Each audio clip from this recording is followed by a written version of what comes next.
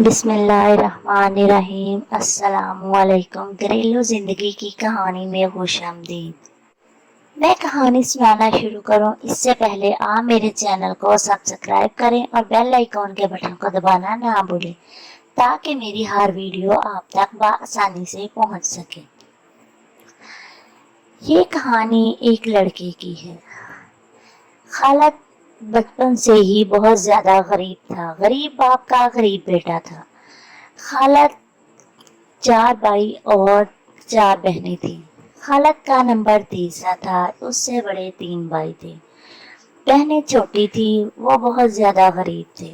پہلے باپ مزدوری کرتا تھا اور سارے بچوں کو کھلاتا تھا، لیکن اللہ کی قدرت سے ان کا والد بیمار ہو گیا۔ والد بیمار ہو گیا تو ان پر بوجھ پڑ گیا۔ والدہ بہت پریشان رہتی تھی۔ ان کا کوئی خاص رشتہ دار نہ تھا۔ کڑا میں رہتے تھے۔ ان کا ایک چچا زاد بھائی والد اور ان کے بچوں کو اپنے پاس لے آیا۔ وہ اپنے چچا کے پاس رہنے لگے۔ ماں نے کہا کہ بیٹا اب تم پر فرض ہے کہ تم اپنے باپ کی دیکھ بھال کرو اور کمانا شروع کر دو۔ تینوں بھائیوں نے کمانا شروع کر دیا۔ بہت چھوٹے تھے، محنت مزدوری کرنے لگے۔ خالد کی عمر اس وقت تقریباً 10 سے 12 سال تھی۔ وہ سب محنت کرنے لگے۔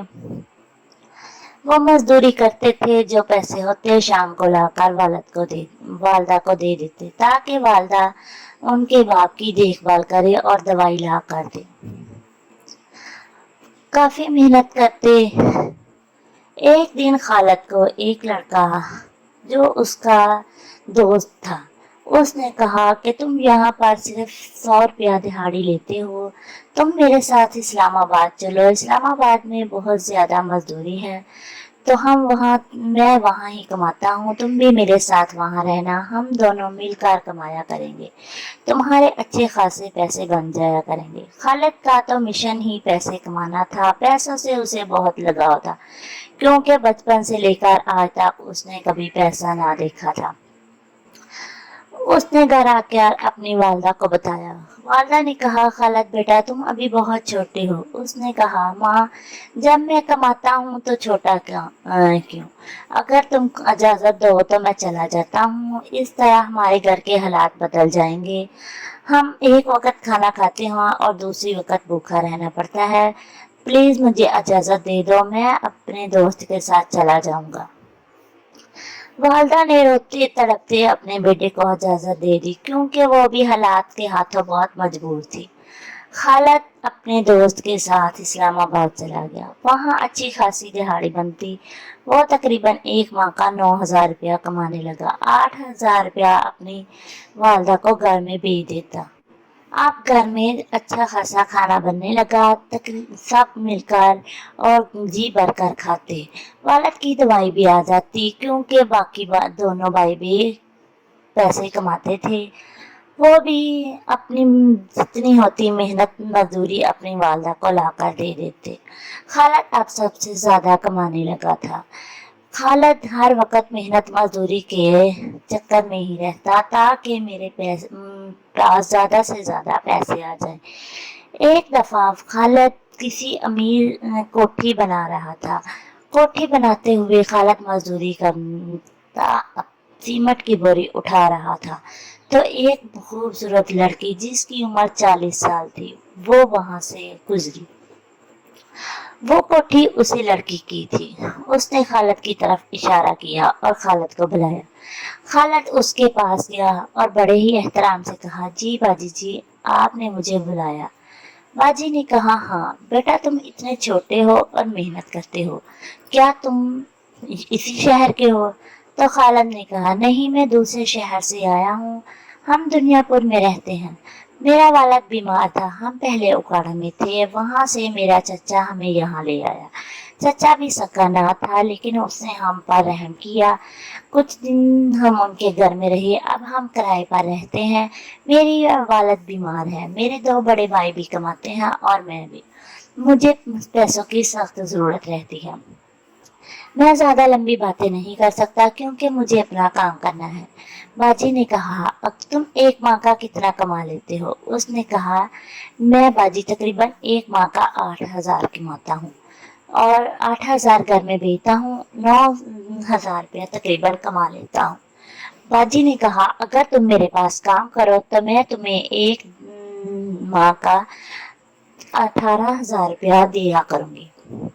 खालिद बहुत ज्यादा खुश हुआ। उसने कहा, बाजी मैं आपके साथ चलूंगा। बाजी ने कहा कि तुम मेरा काम मेरे साथ चलो। वो बाजी की गाड़ी में बैठा और साथ चल पड़ा। बाजी ने घर में जाकर उसे खाना खिलाया और कहा, खालिद क्या काम करना पसंद करोगे? गेट कीपर, घास काटने के लिए माली, खाना बनाने के लिए बावर्ची या सफाई के लिए चपरासी, या मेरे दरवाजे के आगे बैठा करोगे ताकि मेरे कमरे में कोई दाखिल होने से पहले आप मुझे इतला किया करो।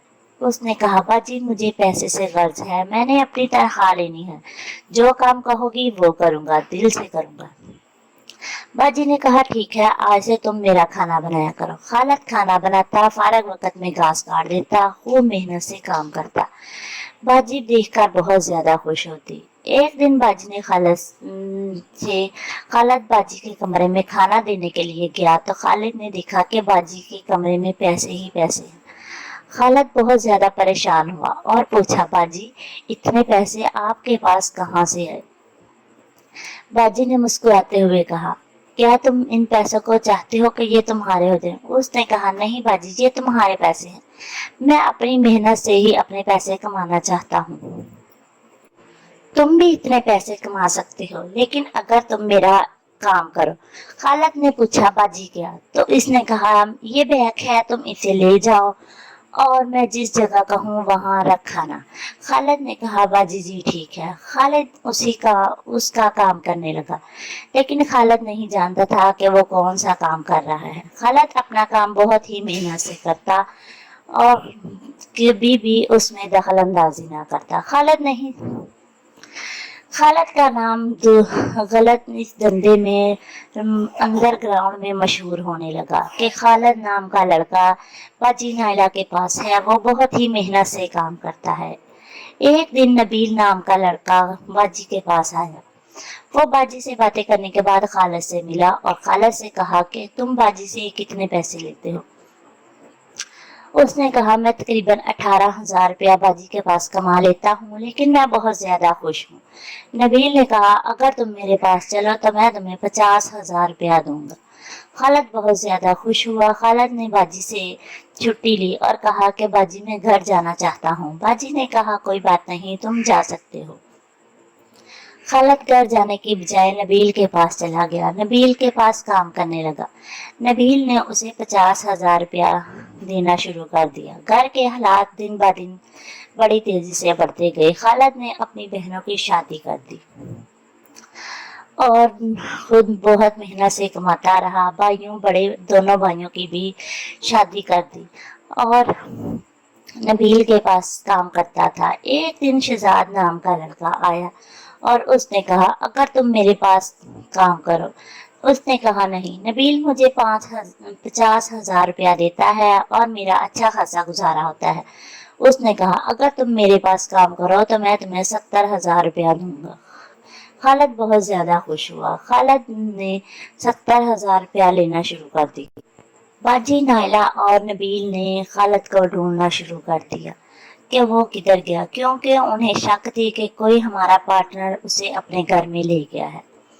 खालिद को ढूंढना शुरू किया तो खालिद का उन्हें पता चल गया कि खालिद शहजाद के पास है। बाजी नायला ने खालिद पर केस कर दिया, रेप अटेम्प्ट का। नबील ने चोरी का केस कर दिया और जब वो उन दोनों ने शहजाद के पास पहुंचे और कहा कि हमारा मुलाजम हमें वापस कर दो। शहजाद ने कहा, बिल्कुल नहीं। शहजाद एक दिन खालिद बाजी नायला से मिला और उसने कहा, बाजी प्लीज मेरे ऊपर से केस खत्म कर दो, मैं बहुत ही गरीब हूँ। बाजी ने कहा, तुम मेरे पास वापस आ जाओ। खालिद बाजी के पास वापस चला गया, लेकिन बाजी ने अभी केस ना खत्म किया था जब तीनों ने खालिद पर केस कर दिए तो खालिद डर कर वहां से भाग आया। खालिद अपने शहर में आ गया। वहां उन्होंने खालिद के पीछे इस्लामाबाद की पुलिस भेज दी। पुलिस ने खालिद के घर छापा मारा। खालिद अल्लाह की कुदरत से घर में ना था। खालिद को बात समझ में आ गई क्योंकि खालिद भी अब उनके साथ रहकर काफी होशियार हो चुका था। खालिद ने अपना खुद और अपने बीवी बच्चों को साथ लिया और चन्नी कोट में जाकर गन्ने की काश्त करने लगा। उन्होंने उनके घर में कभी जिला लोधरा, कभी दुनियापुर, कभी खानेवाल, कभी कहीं की पुलिस को भेजकर छापा मरवाने लगे। फिर एक दिन खालिद एक से करके मिलता रहा और आहिस्ता आहिस्ता उन सब के अपने ऊपर से केस खत्म करवा दिए। जब खालिद आजाद हो गया तो खालिद ने कोट को छोड़कर चिचा वतनी में जाकर नमक का काम शुरू कर दिया। अब खालिद के 2 बच्चे हैं। खालिद नमक का काम करता है। वो डलियों वाला नमक लाकर पीसता है और थैलियों में भरता है। खालिद का अच्छा खासा काम है। सब बहन भाई जब कोई काम करने लगे तो उन्हें पहले देखभाल कर लिया करे, क्योंकि हर किसी का नसीब खालिद की तरह नहीं होता जो आजाद हो जाए। इस धंधे में जो चला जाता है उसका आना बहुत ज्यादा मुश्किल होता है। मेरी कहानी सुनने का शुक्रिया। मिलेंगे नई कहानी में। अल्लाह हाफिज।